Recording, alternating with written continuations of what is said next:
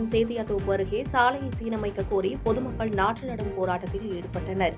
கடலூர் மாவட்டம் சேத்தியாத்தோப்பு அருகே ஒரத்தூர் கிராமத்தில் தூண்டில் வீரன் கோவில் தெருவில் அமைந்துள்ள சாலை கடந்த 2 ஆண்டுகளுக்கு மேலாக சேரும் சகதியமாக இருந்து வருகிறது.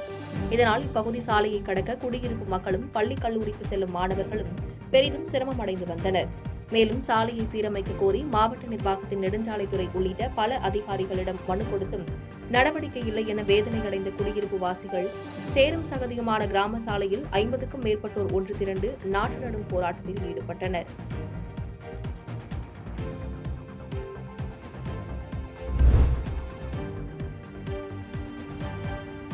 நீலகிரி மாவட்டம் உதகை அருகே பழுதடைந்த பள்ளி கட்டிடத்தை 3 ஆண்டுகளாக சீரமைக்காமல் உள்ளதால் தங்களது குழந்தைகளை இனி பள்ளிக்கு அனுப்ப மாட்டோம் என பெற்றோர்கள் அறிவித்துள்ள நிகழ்வு அதிர்ச்சியை ஏற்படுத்தியுள்ளது. நீலகிரி மாவட்டம் உதகை அருகே உள்ள சோலூர் பேரூராட்சிக்குட்பட்ட கோக்கால் கிராமத்தில் கோத்தர் பழங்குடியின மக்கள் மற்றும் ஆதிதிராவிடர் மக்கள் சுமார் 250க்கும் மேற்பட்டோர் வசித்து வருகின்றனர். இக்கிராமத்தில் உள்ள 350 மாணவ மாணவிகள் அரசு துவக்கப்பள்ளி மற்றும் மேல்நிலைப் பள்ளியில் பயின்று வருகின்றனர். இந்நிலையில் 6ஆம் வகுப்பு முதல் 10ஆம் வகுப்பு வரை உள்ள மேல்நிலைப் பள்ளி கட்டிடம் கடந்த 3 ஆண்டுகளுக்கு முன்பு சேதமடைந்து மழைநீர் கட்டிடங்களுக்குள் புகுந்ததால் மாணவ மாணவிகள் பெரும் அவதிக்குள்ளாகி வந்தனர். இதுகுறித்து அளிக்கப்பட்ட புகாரின் பேரில் கடந்த 2021ஆம் ஆண்டு பள்ளி கட்டிடத்தை சீரமைக்க கட்டிடம் முழுவதுமாக இடிக்கப்பட்டது. கடந்த 3 ஆண்டுகளுக்கு முன்பு இடிக்கப்பட்ட பள்ளி கட்டிடம் தற்போது வரை கட்டிடப் பணிகளை மேற்கொள்ளாததால் மழை மற்றும் வெயில் காலங்களில் மாணவ மாணவிகள் பள்ளி வளாகத்தில் கல்வி பயின்று வரும் அவல நிலை ஏற்பட்டுள்ளது. இதுகுறித்து பலமுறை சம்பந்தப்பட்ட துறை அதிகாரிகளிடமும் மாவட்ட ஆட்சியரிடமும் மனு அளித்தும் எவ்வித நடவடிக்கையும் இல்லை என கூறி அப்பகுதி மக்கள் குற்றச்சாட்டை முன்வைத்துள்ளனர்.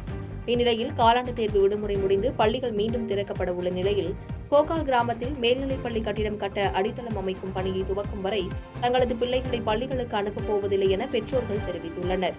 மேலும் பழுதடைந்துள்ள அங்கன்வாடி மையத்தை சீரமைக்க வேண்டும் எனவும் தமிழக அரசுக்கும் மாவட்ட நிர்வாகத்திற்கும் அப்பகுதி மக்கள் கோரிக்கை விடுத்துள்ளனர்.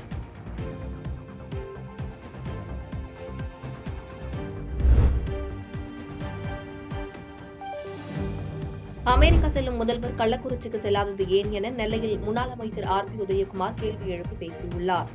நெல்லை மாவட்டம் அம்பாசமுத்திரம் பகுதியில் அதிமுக சார்பில் செயல் வீரர்கள் கூட்டம் நடைபெற்றது. இந்த கூட்டத்தில் சிறப்பு அழைப்பாளராக முன்னாள் அமைச்சர் RB உதயகுமார் கலந்து கொண்டார். அப்போது கூட்டத்தில் பேசிய அவர், திமுக ஆட்சியில் தமிழகம் முழுவதும் போதைப் பொருட்கள் சர்வசாதாரணமாக நடமாடுவதாக விமர்சித்து பேசினார். மேலும் கள்ளக்குறிச்சியில் கள்ளச்சாராயம் குடித்து ஏராளமானோர் உயிரிழந்த நிலையில் அங்கு முதல்வரும் துணை முதல்வரும் செல்லாதது ஏன் என கேள்வி எழுப்பி பேசினார்.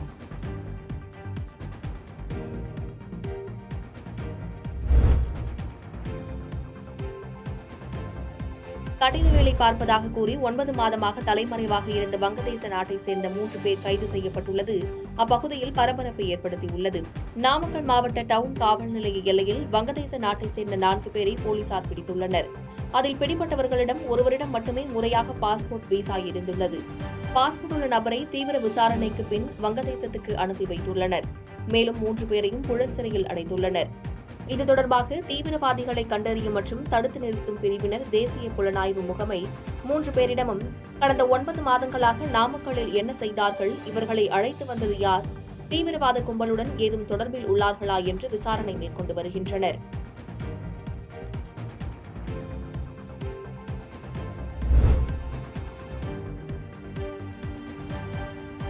தமிழக விளையாட்டு ஆணையம் HCL நிறுவனத்துடன் இணைந்து சைக்ளோதான் 2024 போட்டி நடைபெற உள்ளதால் கிழக்கு கடற்கரை சாலையில் போக்குவரத்து மாற்றம் செய்யப்பட்டுள்ளது. தமிழக விளையாட்டு ஆணையம் HCL நிறுவனத்துடன் இணைந்து சைக்ளோதான் 2024 போட்டி நடைபெறுகிறது.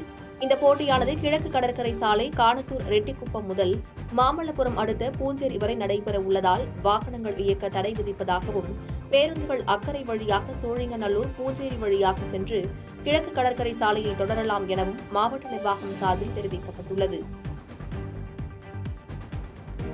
பாதகம் செய்பவரை கண்டால் நாம் பயங்கொள்ளலாகாது பாப்பா, மோதி மிதித்து விடு பாப்பா, அவர் முகத்தில் உமிழ்ந்து விடு பாப்பா. அண்மை செய்திகளை உடனுக்குடன் தெரிந்து கொள்ள இணைந்திருங்கள் இயம்நாடு தொலைக்காட்சியுடன்.